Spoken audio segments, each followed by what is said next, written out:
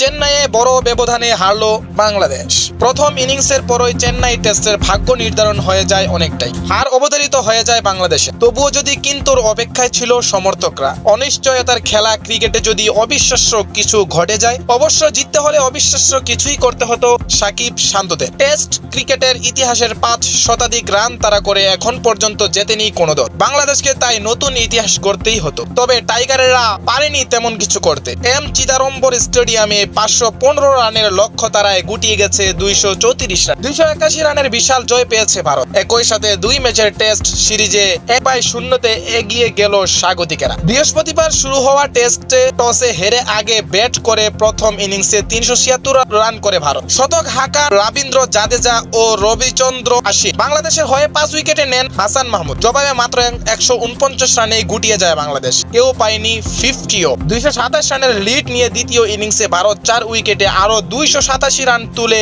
Innings ঘোষণা করে। এবার জোড়া শতক হাঁকান ঋষভ পন্থ ও শুভমান গিল। তখন জয়ের জন্য বাংলাদেশের সামনে লক্ষ্য দাঁড়ায় তখন 515 রান। ক্রিকেট ইতিহাসে সর্বোচ্চ 418 রান তারা করে জয়ের রেকর্ড করেছিল কেবল ওয়েস্ট ইন্ডিজের 2003 সালে। 2003 সালে অস্ট্রেলিয়ার বিপক্ষে। ফলে বাংলাদেশকে অনেক কঠিন পথ পাড়ি দিতে হতো। চেন্নাইয়ের মাঠে যা অনেকটাই অসম্ভব। পারবে না জেনেও অনেকটা চেষ্টা চালায় টাইগাররা। তৃতীয় দিনের শেষ বিকেলে ব্যাট করতে নেমে 4 উইকেটে তুলে 158 রান। জয়ের জন্য তখনও প্রয়োজন 357 রান। তবে রোববার চতুর্থ দিনে মাত্র 77 রান তুলেই শেষ 6 উইকেট হারিয়ে ফেলে বাংলাদেশ। চতুর্থ দিনের খেলার শুরুতে সাকিব আল হাসান ব্যাট করেছিলেন 5 রানে। তার সাথে চতুর্থ দিনে আরো 21 রান যোগ করতেই শেষ হয় সাকিবের ইনিংস। 26 রান করে ফেরেন অশ্বিনের শিকার হয়ে। তার বিদায়ী দিনে প্রথম উইকেটের দেখা পায় ভারত। লিটন দাসও ফিরেছেন এর পরপরই। তিতু হওয়ার আগে জাদেজার শিকার হয়েছেন তিনি। 10 বলে 1 রান এসেছে তার ব্যাটে। 6 উইকেট হারিয়ে লেজ বেরিয়ে আসে বাংলাদেশের। তবে